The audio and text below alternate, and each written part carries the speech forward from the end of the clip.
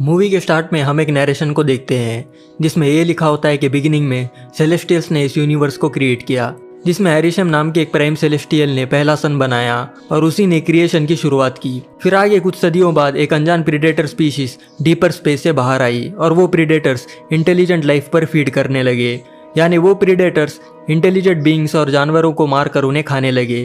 उन प्रीडेटर्स का नाम डिविएंट्स होता है और उनकी वजह से यूनिवर्स का नेचुरल ऑर्डर बिगड़ चुका था। उसे कंट्रोल में लाने के लिए और डिविएंट्स को खत्म करने के लिए आरिशम सेलेस्टियल ने कुछ इमॉर्टल हीरोज को बनाया जिनका नाम एटर्नल्स था। एटर्नल्स दरअसल ओलंपिया प्लैनेट के इमॉर्टल हीरोज थे और आरिशम ने उन्हें डिविएंट्स को खत्म करने के लिए अलग अलग प्लैनेट्स पर भेजा था। आगे नरेशन में हम ये भी देखते हैं कि एटर्नल्स को आरिशम पर काफी भरोसा था, मगर जब एटर्नल्स को एक मिशन पर भेजा गया तो उनका भरोसा आरिशम पर से उड़ गया और इस मिशन को प्राइम एटर्नल एजैक लीड कर रही थी। आगे मूवी में हम आरिशम को देखते हैं जो एक स्पीयर निकालकर एजैक के बॉडी के अंदर डाल देता है, जो दिखने में एक छोटे से गोल्डन बॉल की तरह होता है, जिसकी मदद से एजैक आरिशम से कनेक्ट कर पाती है और उससे बात कर पाती है। अगले सीन में हम एटर्नल्स को अपने अपने सुपर हीरोज के कॉस्ट्यूम्स में देखते हैं, जहां आरिशम ने उन्हें एक मिशन पर भेजा था और ये मिशन अर्थ को उन डिविएंट से बचाना था। आगे हम एटर्नल्स को धरती पर एक स्पेसक्राफ्ट में जाते देखते हैं और उस स्पेसक्राफ्ट में सर्सी की मुलाकात इकारिस से होती है।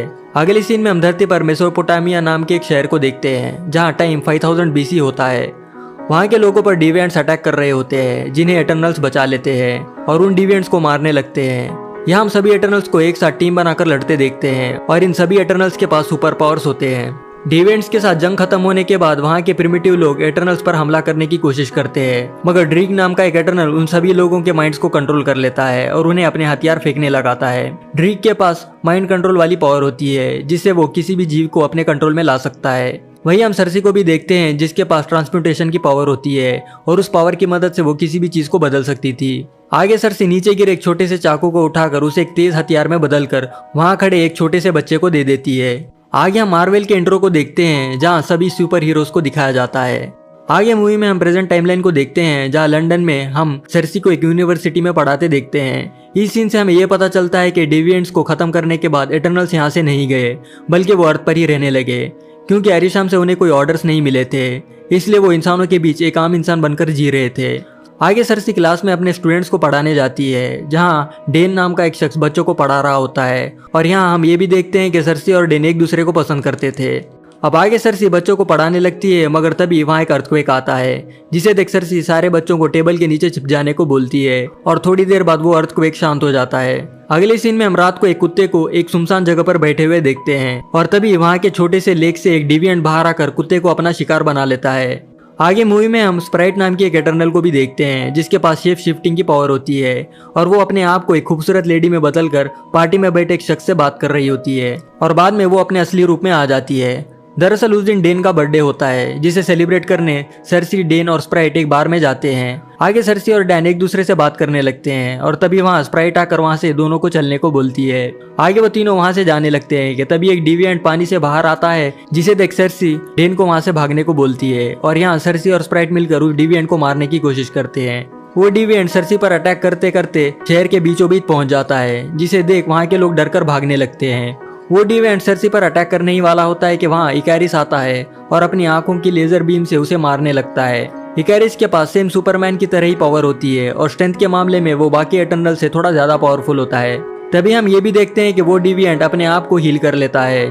इस सीन से हमें ये भी पता चलता है कि अर्थ पर डिविएंट्स वापस आ चुके थे और इवॉल्व होने के कारण उन्होंने अपने आप को हील करने का तरीका भी ढूंढ लिया था। आगे वो डिविएंट पानी से वहां से भाग जाता है और जहां सर्सी और स्प्राइट इकारिस को देख खुश हो जाते हैं। उस हादसे पर पुलिस भी वहां आ जाती है जिसे देख एटर्नल्स वहां से गायब हो जाते हैं। आगे हम सर्सी और डेन को बात करते देखते हैं जहां सर्सी डेन को ये बता रही होती है कि वो एक एटर्नल है और वो अपनी बाकी टीम के साथ अर्थ पर 7000 साल पहले यहाँ आई थी। आगे वो ये भी बताती है कि वो एक मिशन पर थी जहां उसे अर्थ पर रहने वाले लोगों को डिविएंट से बचाना था। अब यहाँ सर्सी ये भी बताती है कि उसे लग रहा था कि डिविएंट्स मर चुके थे, मगर वो अब वापस लौटे और उन्हें फिर से उसे मारना होगा। आगे सर्सी ये भी बताती है कि वो और इकारिस 5000 साल से एक दूसरे के साथ थे, मगर इकारिस अचानक उसे छोड़कर चला गया। अगले सीन में इकारिस सर्सी और स्प्राइट को बात करते देखते हैं जहां सर्सी उनसे ये कहती है कि वो डिविएंट्स सब इवॉल्व हो गए हैं और वो इस बार इंसानों पर नहीं बल्कि हम पर हमला कर रहे हैं, जो काफी हैरान कर देने वाली बात है। ये सुनकर इकारिस कहता है कि हमें बाकी एटर्नल्स को ढूंढना होगा और उन्हें बताना होगा। आगे मूवी में हम बाकी एटर्नल्स को बेबीलोन में डिविएंट्स को मार गिराते देखते हैं वहीं एजैक अपनी स्पीयर की मदद से एरिशाम को कनेक्ट करती है और उसे ये बताती है कि अर्थ पर रहने वाले लोग काफी इंटेलिजेंट है और काफी अच्छे भी है, जिस पर एरिशाम उसे इस अर्थ से अटैच ना होने को कहता है और उसे अपने मिशन पर फोकस्ड रहने को बोलता है। आगे हम सभी एटर्नल्स को उनके शिप पर देखते हैं जहाँ पैस्टोस उन्हें अपनी इन्वेंशंस बता रहा होता है जिसकी मदद से इंसानों की जिंदगी को बेहतर बनाया जाए। दरअसल पैस्टोस बाकी एटर्नल से ज्यादा इंटेलिजेंट होता है और वो अपनी नॉलेज की मदद से इंसानों की मदद करने की सोचता है। पैस्टोस का इन्वेंशन दरअसल एक इंजन मोटर होता है जिसे देख बाकी एटर्नल्स कहते हैं कि ये अभी के जनरेशन के लिए बहुत ही ज्यादा एडवांस्ड है और उन्हें ये सब समझ नहीं आएगा। आगे स्प्राइट अपने इल्यूजन्स की पावर से बेबीलोन के लोगों को एटर्नल्स की कहानियां बताती है जो बिल्कुल एक थिएटर की तरह दिखता है जिसे देख वहाँ के लोग बहुत ज्यादा एंजॉय करते हैं। वही हम थीना को भी देखते हैं जो वॉरियर गॉडेस होती है जिसके पास अमेजिंग फाइटिंग स्किल्स होते हैं। आगे हमें मकारी को भी दिखाया जाता है जो बेजुबान होती है और सिर्फ इशारों से बात करती है। उसके पास फ्लैश जैसी सुपर पावर होती है जो काफी तेजी से कभी भी पलक झपकते ही पहुंच सकती है। आगे मूवी में हम सरसी को देखते हैं जो इंसानों को खेत में मदद कर रही होती है क्योंकि सरसी को इंसानों से बहुत लगाव हो चुका था और वो इंसानों से इमोशनली अटैच हो गई थी। वही इकैरिस भी आता है और यहाँ हमें इन दोनों की लव स्टोरी को दिखाया जाता है जो एक दूसरे के करीब आने लगते हैं। आगे मूवी में हम गुप्ता एम्पायर के टाइम को देखते हैं जहाँ टाइम 400 AD चल रहा होता है और वहाँ इकैरिस और सरसी की शादी हो जाती है। आगे हमें मूवी में प्रेजेंट टाइमलाइन को दिखाते हैं जहाँ सरसी, स्प्राइट और इकैरिस अपने कार में साउथ डकोटा शहर की ओर निकल जाते हैं। वहाँ जाने पर वो अपने एटर्नल एजैक को मरा हुआ देखते हैं जिसे देख वो इमोशनल हो जाते हैं और उन्हें यहाँ ये लगने लगता है कि एजैक को शायद किसी डिविएंट ने मारा होगा, मगर यहाँ ऐसा नहीं है। एजैक को आखिर किसने मारा वो हमें मूवी के एंड में पता चलेगा। तभी हम देखते हैं कि एजैक के बॉडी से वो स्पीयर निकलकर सरसी के बॉडी के अंदर चला जाता है। मतलब एजैक यहाँ ये चाहती थी कि उसके मरने के बाद बाकी एटर्नल्स को वो लीड करे। आगे स्पीयर की मदद से सरसी की बात एरिशम से होती है। तभी वहाँ दौड़ते हुए इकैरिस और स्प्राइट आते हैं जिन्हें सरसी बताती है कि एजैक के बॉडी के अंदर से वो स्पीयर निकलकर उसके बॉडी के अंदर चला गया और अचानक ही उसकी बात एरिशम से हुई।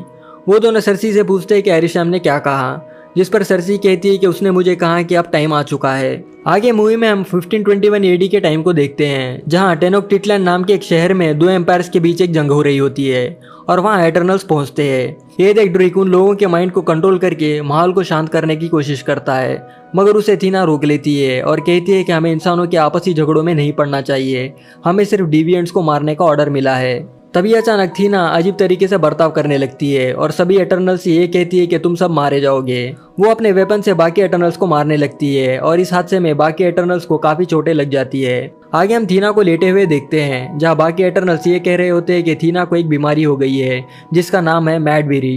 एक ऐसी कंडीशन है जो सिर्फ एटर्नल्स में देखी जाती है जहाँ बहुत सारी मेमोरीज हजारों सालों से दिमाग में रहने के कारण उसका ब्रेन फ्रैगमेंट्स में ब्रेक होने लगता है जिससे इंसान अपनी याददाश्त खोने लगता है। और यहाँ थीना के साथ भी बिल्कुल ऐसे ही हो रहा था। आगे एजैक थीना से कहती है कि उसे मैडबेरी है जिससे एटर्नल अपनी याददाश्त खोने लगता है और हमें तुरंत ही अपनी शिप में जाकर उसे ठीक करना होगा। ये सुनकर थीना कहती है कि वो अपने मेमोरीज को अपने साथ रखना चाहती है।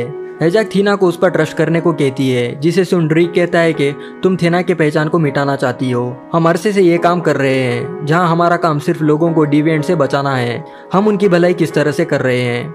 यहाँ में ये पता चलता है कि ड्रीक भी थोड़ा थोड़ा इस वर्ल्ड से अटैच हो रहा था और वो गुस्से में आकर वहाँ के लोगों के माइंड को कंट्रोल कर वहाँ हो रहे जंग को रोक देता है। ये सब देख एजैक समझ जाती है कि एटर्नल्स को अब इंसानों से लगाव हो चुका था, इसलिए वो सभी को अपनी अपनी जिंदगी जीने को बोलती है और वो एरिशाम को किया हुआ वादा तोड़ देती है क्योंकि एरिशाम ने एजैक को पहले ही कह दिया था कि वो इंसानों से अटैचमेंट ना करे क्योंकि ये वर्ल्ड बाकी वर्ल्ड्स की तरह ही खत्म हो जाएगी। ये सब सुनकर इकैरिस एजैक से कहती है कि हमें एरिशाम की परमिशन लेनी चाहिए, जिस पर एजैक उसे चुप बिठा देती है। यहाँ में एक और बात भी पता चलती है कि इकैरिस अभी भी एरिशाम का वफादार बना हुआ है और वो ये चाहता था कि वो एरिशाम का फेवरेट बन जाए। आगे मूवी में हम प्रेजेंट टाइमलाइन को देखते हैं जहाँ किंगो एक फेमस बॉलीवुड एक्टर बन जाता है जिससे मिलने स्प्राइट, इकैरिस और सरसी जाते हैं। वहाँ किंगो का मैनेजर भी होता है जिसका नाम करून होता है और तभी वहाँ किंगो भी आता है। स्प्राइट किंगो को बताती है कि एजैक मर चुकी है, जिसे सुन वो शॉक और थोड़ा इमोशनल हो जाता है। आगे इकैरिस कहता है कि डिवेंट्स ने ही एजैक को मारा है और बाहर कई सारे डिवेंट्स अभी भी घूम रहे हैं और हमें उन्हें खत्म करना होगा।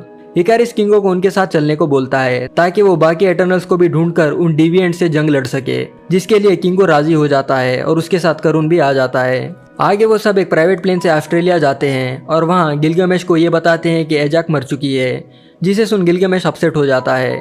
वहीं पास में एक पेड़ के नीचे थीना एक पेपर पर ड्राइंग कर रही होती है जो अभी भी उस मैडबेरी बीमारी से जूझ रही थी। ये सब एटर्नल्स उसके पास जाते हैं, जिन्हें देख थीना कहती है कि तुम सब लोग मारे जाओगे। ये देख स्प्राइट वहाँ अपने शिप का एक इल्यूजन बनाती है और उसे अपनी पहचान याद दिलाती है, जिसे थीना वापस नॉर्मल हो जाती है।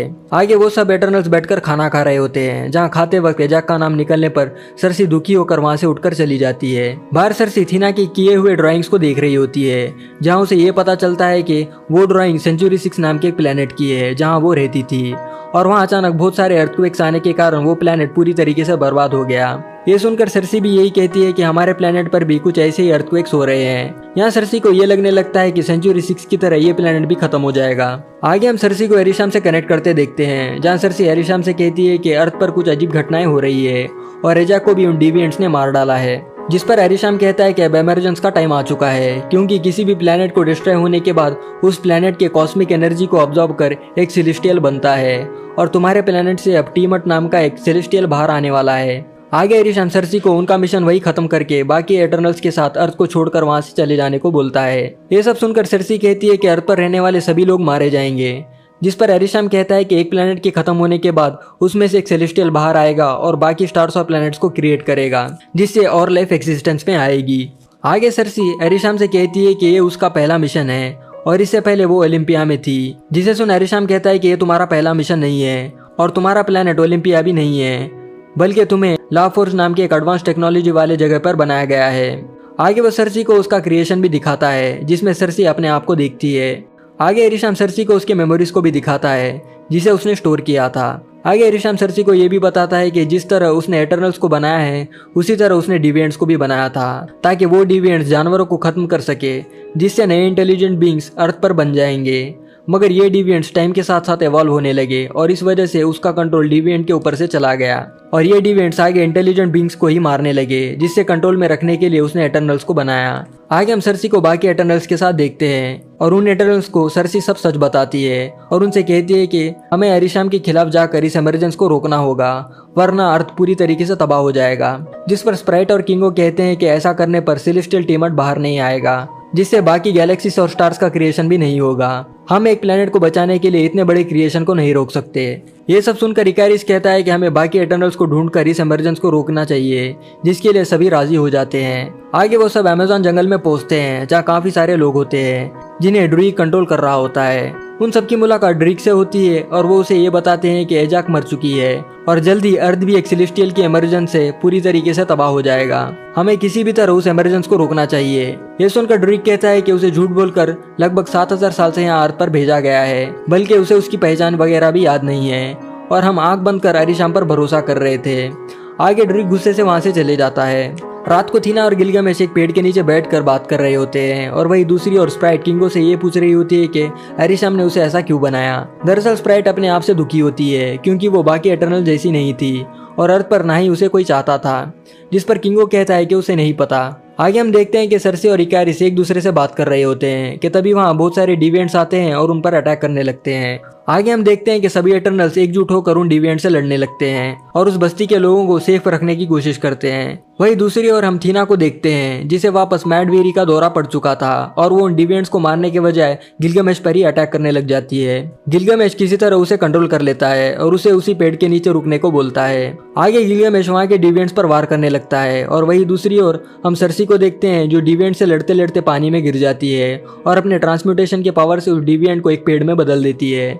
आगे हम गिलगामेश को भी देखते हैं, जो डिविएंट से लड़ रहा होता है, मगर उस फाइट में गिलगामेश बहुत बुरी तरीके से जख्मी हो जाता है और वो डिविएंट गिलगामेश के बॉडी से कॉस्मिक एनर्जी सक करके उसे फेंक देता है। उन डिविएंट्स का मास्टर गिलगामेश और थीना को ये बताता है कि एजाक ने जो देखा था वो बिल्कुल सही था और हर सेलेस्टियल के जन्म होने के लिए प्लेनेट को पूरी तरीके से बर्बाद होना होता है। आगे वो डिविएंट उनसे ये भी कहता है कि एरिशाम एक धोखेबाज है और वो एक सेलेस्टियल को क्रिएट करने के लिए कई सारे जीवों की जान ले रहा है। आगे वो डिविएंट थीना को भी मारने ही वाला होता है कि मौके पर इकारिस आकर उस डिविएंट को वहां से भगा देता है और यहाँ थीना गिलगामेश के डेड बॉडी को देखकर रोने लगती है। आगे हम देखते हैं कि थीना गिलगामेश का अंतिम संस्कार कर देती है और उसकी राख पानी में डाल देती है। आगे हम मूवी में 1945 की टाइमलाइन को देखते हैं, जहाँ हिरोशिमा पर एक न्यूक्लियर बॉम्ब गिरने की वजह से सारा शहर तबाह हो चुका था। ये तक पैस्टोस रोने लगता है, क्योंकि वो समझता है कि उसके डिस्कवरीज की वजह से ही ऐसा हुआ है और वो सिर्फ इंसानों के एवोल्यूशन को अंजाम देना चाहता था। वहाँ एजाक भी होती है, जो उसे हिम्मत देने लगती है। आगे मूवी में हम इकारिस और सरसी को पैस्टोस से मिलते देखते हैं, जहाँ वो अपनी फैमिली के साथ रह रहा था। वहाँ वो दोनों पेस्टोस को सारी बात बताते हैं और इस इमरजेंस को रोकने के लिए उनके साथ चलने को बोलते हैं, जिसके लिए वो थोड़ी बहसबाजी करके आखिरकार राजी हो जाता है। आगे सारे एटर्नल्स मिलकर अपने शिप में जाते हैं, जहाँ उन सबकी मुलाकात वापस मकारी से होती है। शिप के अंदर पेस्टोस कहता है कि जैसे डिविएंट्स एटर्नल के बॉडी से कॉस्मिक एनर्जी सक कर सकते हैं, वैसे ही हम भी एक दूसरे के कॉस्मिक एनर्जी को ऑब्जर्व कर सके तो हम एक यूनिमाइंड की तरह बन जाएंगे, जिससे सारे एटर्नल्स की पावर एक हो जाएगी और वो जल्दी इसका तरीका भी ढूंढ लेगा। जिस पर किंग और स्प्राइट कहते हैं कि अगर हमने किसी तरह सेलेस्टियल टियामोट को हार्म कर दिया तो बाकी लाइफ की क्रिएशन रुक जाएगी और हमें शायद इसे नहीं करना चाहिए। ये सब सुनकर इकारिस कहता है कि एजैक ने सर्सी को एज ए लीड चुना है और इस चीज के बारे में वही डिसाइड करेगी। इतना कहकर वो शिप से बाहर चले जाता है और वो अकेला कुछ सोचने लगता है। यहाँ हमें फ्लैशबैक को दिखाया जाता है जहाँ इकारिस एजैक से मिलने जाता है और उससे पूछता है कि इस प्लेनेट को तबाह होने में कितना टाइम है, जिस पर एजैक कहती है कि 7 दिन का टाइम है। एजैक यहाँ ये भी कहती है कि हमें इस अर्थ को तबाह होने से बचाना चाहिए। इकारिस कहता है कि हमने कई मिशंस किए हैं और हमें इस बार क्यों इमरजेंस को रोकना है, जिस पर एजैक कहती है कि कुछ साल पहले थैनोस ने इस यूनिवर्स के आधे से ज्यादा पॉपुलेशन को खत्म कर दिया था, जिसकी वजह से इमरजेंस रुक चुकी थी, मगर इस दुनिया के लोगों ने मिलकर थैनोस को हराया और वापस सब ठीक ठाक कर दिया। यहाँ के लोगों में प्यार, समझदारी और इंटेलिजेंस है और मुझे ये बात यहाँ आने के बाद पता चली। ये बात सुनकर इकारिस कहता है कि उसे कुछ दिखाना है और वो एजैक को वहाँ ले जाकर उन डिवेंट्स के आगे ढकेल देता है, जिससे उनके डिवेंट्स का मास्टर आकर उसके बॉडी से कॉस्मिक एनर्जी खींचकर उसे मार देता है। आगे सर्सी को पता चल जाता है कि इमरजेंस स्टार्ट हो चुका है और ये बात वो सभी एटर्नल्स को बताती है। ये सुन पेस्टोस मकारी को उस इमरजेंस की लोकेशन को देखकर आने को बोलता है और वो उसे देखकर वापस आकर उन्हें बताती है। तभी वहाँ इकारिस आकर उन्हें इमरजेंस को ना रोकने को बोलता है और वो पेस्टस के बन रहे एक्सपेरिमेंट को तोड़ देता है। यहाँ इकारिस सबको ये बताता है कि उसी ने एजैक को मारा है और ये दुनिया भी बाकी दुनिया की तरह खत्म हो जाएगी। आगे वो ये कहता है कि वो आज भी एरिशाम का वफादार है। आगे इकारिस उन सबसे ये भी कहता है कि अगर उन लोगों ने इस इमरजेंस को रोकने की कोशिश की तो वो सबको मार देगा। स्प्राइट भी इकारिस के साथ वहाँ से चली जाती है। अब आगे पेस्टोस कहता है कि वो सर्सी के बॉडी से वो स्पीयर निकाल कर उसे मॉडिफाई कर सकता है, जिससे वो एक यूनिमाइंड बना सकते हैं और इस इमरजेंस को रोक सकते हैं। आगे पेस्टोस उस स्पीयर को मॉडिफाई कर देता है और यहाँ थीना, सर्सी और ड्रीक अपने कॉस्ट्यूम्स में रेडी हो जाते हैं। वहीं दूसरी ओर हम इकारिस और स्प्राइट को देखते हैं, जहाँ स्प्राइट ये कहती है कि इस दुनिया में उसे कोई पसंद नहीं करता, इसलिए उसने उसका साइड लिया। आगे इकारिस शिप पर आता है जहाँ उसकी और थीना के बीच फाइट होने लगती है और वही सर्सी, पेस्टोस और ड्रीक उस यूनिमाइंड की डिवाइस को लेकर उस इमरजेंस के लोकेशन पर पहुंच जाते हैं और वो एक दूसरे से कनेक्ट कर उस इमरजेंस को रोकने की कोशिश करते हैं। तभी वहाँ इकारिस आकर उन्हें रोक देता है और ड्रीक को घायल कर देता है। अब आगे गुस्से में आकर मकारी इकारिस को पीटने लगती है, मगर वो उसे पकड़ लेता है और उसे मारने ही वाला होता है कि थीना और पेस्टोस इकारिस पर वार करते हैं और उससे फाइट करने लगते हैं। वहीं डिविएंट भी पहुंच जाता है और यहाँ इन सब के बीच घमासान फाइट होने लगती है।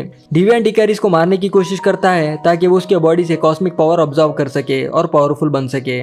आगे पेस्टोस इकारिस को अपने पावर से अर्थ पर चिपका देता है और उसे चारों ओर से बांध देता है। वहीं गुफा के अंदर थीना और डिविएंट लड़ने लगते हैं। आगे हम स्प्राइट को भी देखते हैं जो एजैक का एक इल्यूजन क्रिएट करती है और सर्सी का ध्यान भटका कर पीछे से उस पर चाकू से वार करती है, मगर तभी वहाँ ड्रीक आकर स्प्राइट को मार गिराता है और सर्सी उस इमरजेंस की लोकेशन की तरफ जाने लगती है, जिसमें से एक सेलेस्टियल बाहर निकलने की कोशिश कर रहा होता है।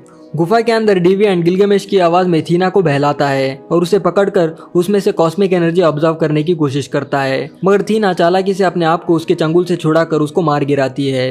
वहीं दूसरी ओर सर्सी उस लोकेशन पर जाकर अपने हाथों से वहां बर्फ जमाने लगती है ताकि वो सेलेस्टियल बाहर ना आ पाए और यहाँ इकारिस अपने आप को पेस्टोस के जाल से छुड़ा लेता है और वो सर्सी के पास जाता है।